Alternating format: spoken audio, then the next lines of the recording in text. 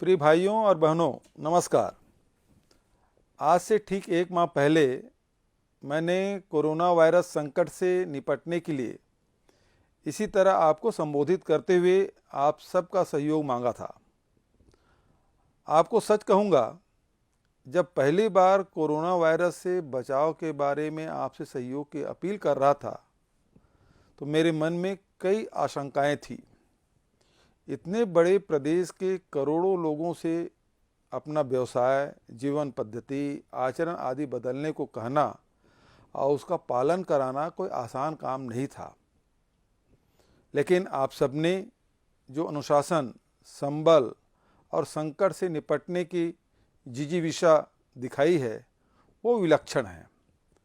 आज Chhattisgarh corona virus महामारी के नियंत्रण में पूरे देश के समक्ष उदाहरण बना है, तो इसके मूल में आप लोगों का अपने परिवार, अपने राज्य के लोगों के प्रति त्याग और समर्पण का भाव है।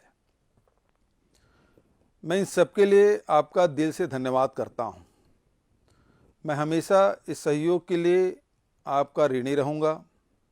मैं धन्यवाद करना चाहूँगा सभी चिकित्सकों, स्वास्थ्य कार्यकर्ताओं, जिला और पुलिस प्रशासन, खाद्य, महिला बाल विकास, नगर निगमों, नगर पालिकाओं, जनसंपर्क विभाग के समस्त कर्मचारियों का, जिन्होंने 24 घंटे इस संकट से निपटने के लिए कार्य किया। मीडिया के बंधुओं, स्वयंसेवी संस्थाओं और सामाजिक संगठनों का भी आभारी रहूँगा, जिन्होंने हर पल हमारा सहयोग किया। हमारे राज्य में अगर हम कोरोना संक्रमण को नियंत्रण में रख पाए हैं तो उसमें सबसे बड़ी भूमिका हमारे गांव की रही है। छत्तीसगढ़ गांव का प्रदेश है और हमारे ग्रामीणों ने स्वेच्छा से अपने गांव में जिस तरह फिजिकल डिस्टेंसिंग और साफ सफाई का पालन किया है वो अद्भुत था। मैं हाथ जोड़कर आभार व्यक्त करता हूं। आपको यह जानकर प्रसन्नता होगी कि आज छत्तीसगढ़ की प्रशंसा पूरे देश में हो रही है। रिजर्व बैंक ने हमारी तारीफ की है। कोरोना वायरस नियंत्रण में हम सभी राज्यों में सबसे आगे हैं। यह सब आपके कारण ही है। 20 अप्रैल से राज्य में बहुत सारी आर्थिक गतिविधियां प्रारंभ करने पर हम विचार कर रहे हैं। गांव में मनरेगा के काम शुरू हो गए हैं। आप अपने ज़िले में क्या क्या कर सकते हैं, इसकी पूरी जानकारी और दिशा निर्देश आपको बताए जा रहे हैं। इन दिशा निर्देशों का पालन करना सबके लिए ज़रूरी है।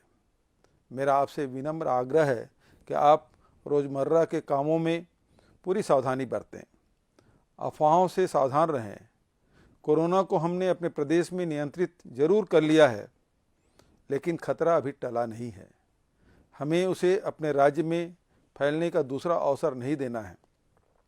अगर आपने फिजिकल डिस्टेंसिंग का पालन किया, लगातार हाथ धोते रहे और भीड़ भाड़ से बचें, तो कोरोना को राज्य में फिर से फैलने का मौका नहीं मिलेगा। एक बार फिर मैं आपको सहयोग के लिए आपका आभार व्यक्त करता हूं। हमारी एकजुटता ही हमारे प्रयासों में पूर्ण रूप से सफल करेगी। धन्यवाद। Subscribe to Nation Next YouTube channel and press the bell icon to get regular updates from Nation Next. Also like Nation Next Facebook page and follow us on Instagram and Twitter.